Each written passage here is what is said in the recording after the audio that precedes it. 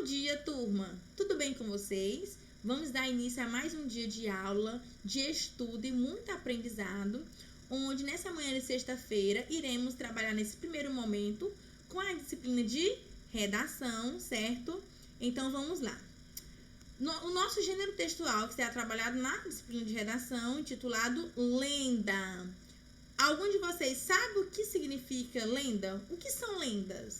Vocês já ouviram alguma lenda? Qual? Então, as lendas, meus amores, é uma narrativa transmitida oralmente pelas pessoas, visando explicar acontecimentos misteriosos ou sobrenaturais, misturando fatos reais com imaginários ou fantasiosos e que vão se modificando através do imaginário popular. Ou seja, conforme o tempo vai passando, né? E como essas lendas são contadas, né, de geração para geração, vai se modificando alguns fatos e acontecimentos, tá? Então, muitos pesquisadores, entre eles historiadores e folcloristas, afirmam que as lendas, elas são apenas frutos da imaginação popular.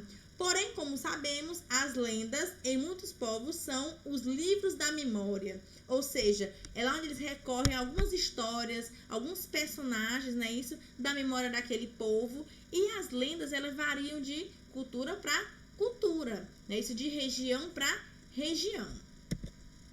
Origem das lendas. A palavra lenda provém do latim e significa o que deve ser lido. Em sua origem, as lendas, elas formavam um conjunto de histórias que narravam a vida dos santos e dos mártires e eram lidas nos refeitórios dos conventos. Isso antigamente, assim que surgiu esse tipo de narrativa, as lendas. Lembrando que lenda é um texto narrativo. Já vimos aí exemplos de vários textos informativos, instrucionais, né? Isso. E hoje estamos trabalhando aqui com textos narrativos. Com o tempo, as lendas, elas foram apropriadas por indivíduos comuns e se tornaram populares, né? Isso porque até então, no início, as lendas, ela era mais presente nos conventos. E com o passar do tempo, ela foi o quê? Tornando-se popular, né? E fazendo parte do cotidiano de vários povos. Então, em razão da comparação entre o seu teor narrativo e os fatos ocorridos na sociedade, não demorou muito para que estas narrativas, as lendas, evoluíssem e se tornassem muito interessantes e criativas. Atualmente, a lenda transformada pela tradição é o produto inconsciente da imaginação popular. Então, temos aí o mês do folclore, né, que é em agosto, onde a gente vê o estudo de várias lendas. Entre elas, podemos citar algumas que vocês com certeza já ouviram falar.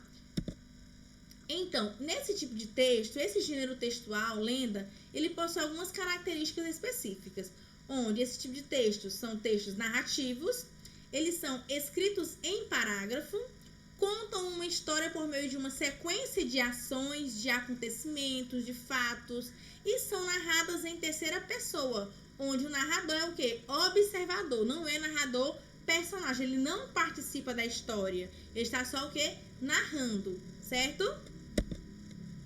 Elas também são contadas de boca em boca, de geração em geração.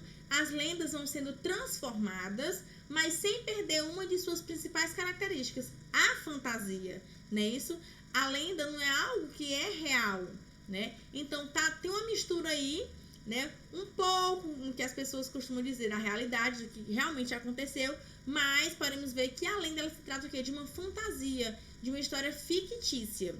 As lendas contam histórias repletas de personagens diferentes, os quais possuem características que se misturam com as feições físicas de alguns animais.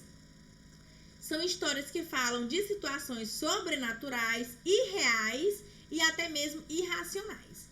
No folclore brasileiro, as lendas mais conhecidas são Curupira, Saci Pererê, que é bastante conhecido, a Sereiara, Mula Sem Cabeça, Boto Cor-de-Rosa, Boitatá e várias outras histórias, né, que fazem parte do folclore brasileiro, né, isso?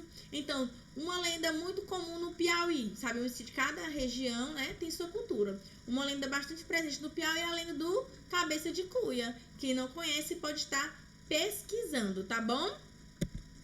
Então, temos que fazer a diferença, né, de lendas urbanas e lendas folclóricas. Vamos lá. As lendas urbanas, meus amores, assim como as folclóricas, elas são o quê? Relatos fantasiosos, que são transmitidos de geração para geração, não é isso? Então, porém, as lendas urbanas, elas são histórias modernas, com um teor de terror. Além disso, explicam acontecimentos sobrenaturais e misteriosos, geralmente que ocorrem nas cidades. Já as lendas folclóricas são histórias que assumem características específicas de acordo com a cultura e tradição de cada povo. Assim, de norte ao sul do país, é possível encontrarmos uma variedade, uma diversidade imensa de lendas caracterizadas pela peculiaridade regional. Então, em cada estado, em cada região, possui o quê? Uma lenda, não é isso? Uma cultura diferente, onde nessa cultura é abordado o quê? Conceitos diferentes, lendas e personagens diferentes também. O Brasil é um país riquíssimo de cultura popular. E uma das características que ajuda a reconhecer este título é justamente a grande quantidade de lendas folclóricas. Temos inúmeras. Então, cada região tem lendas diferentes, e onde podemos citar aqui, por exemplo, na região norte do Brasil. Na região norte, vamos encontrar aí a lenda do Guaraná. Meus amores, a lenda do Guaraná, vocês também encontrarão ela lá na página 30 do livro de português, onde vocês estarão fazendo a leitura para em seguida responder a atividade. Eu te explico já já. Então, a lenda do Guaraná consiste em que é uma história, né? Onde o Guaraná, que todos nós sabemos, é um fruto originário da Amazônia, né? Tem aquela Guaraná da Amazônia. Então, segundo a lenda folclórica da região, a lenda do Guaraná, ele é originalmente os olhos de um índiozinho. Se observar a frutinha do Guaraná, ela parece um olho, parece muito com os olhos. Então, esse índiozinho, ele foi mordido por uma serpente quando estava apanhando frutos nas florestas. Então, de acordo com essa lenda, significa que o Guaraná é os olhos do índiozinho, tá bom? Para vocês ficarem mais por dentro desta lenda, conhecê-la toda, do início ao fim, vocês irão fazer a leitura lá na página 30 do livro ético português, ok? A lenda do Guaraná. Meus amores, como proposta de atividade, vocês irão fazer a leitura com bastante atenção da lenda, certo? Da lenda do Guaraná. E em seguida, vocês irão responder a página 31. Isso mesmo, página 31 do livro ético de português, ok? Lembrando que o prazo de envio desta atividade é até o dia 11, quinta-feira, ok? Então, um cheiro, aguardo as atividades, caprichem na caligrafia, ok? Fiquem com Deus, um ótimo final de semana abençoado. Se cuidem e fiquem em casa. Beijos!